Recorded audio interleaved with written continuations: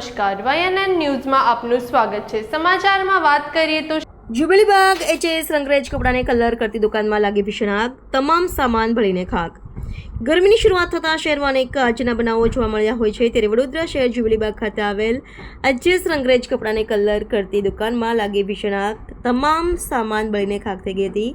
Gas લાઇનની pipe leakage થવાના કારણે આગ લાગી હતી, સાથે જ આજુબાજુના પડેલા કપડાના લીધે આગે વિકરાળ સ્વરૂપ ધારણ કર્યું હતું, જેને લઈને દુકાનમાં રહેલ તમામ કપડાઓને ફર્નિચર બનીને ખાસ થઈ ગયા હતા।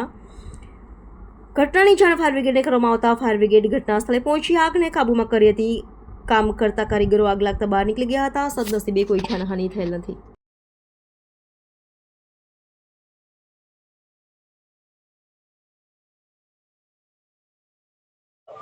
આ વર્ષો જૂની દુકાન છે કલરની, અને ગેસથી કલરનું કામ કરે છે, પાણી ગરમ કરી।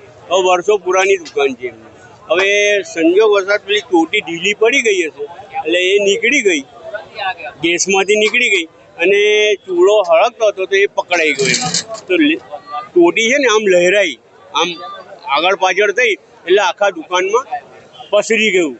એટલે દુકાનવાળા અંદર માણસો હતા એ તો બહાર ભાગી ગયા, એકાદ બે માણસ હતા તે ઉપર ભાગી ગયા, તો એ આખી દુકાન સળગીને ખાક થઈ ગઈ।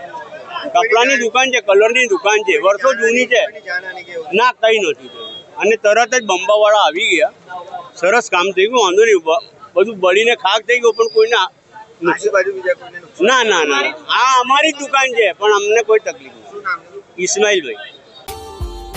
Subscribe now and press the bell icon. Never miss an update.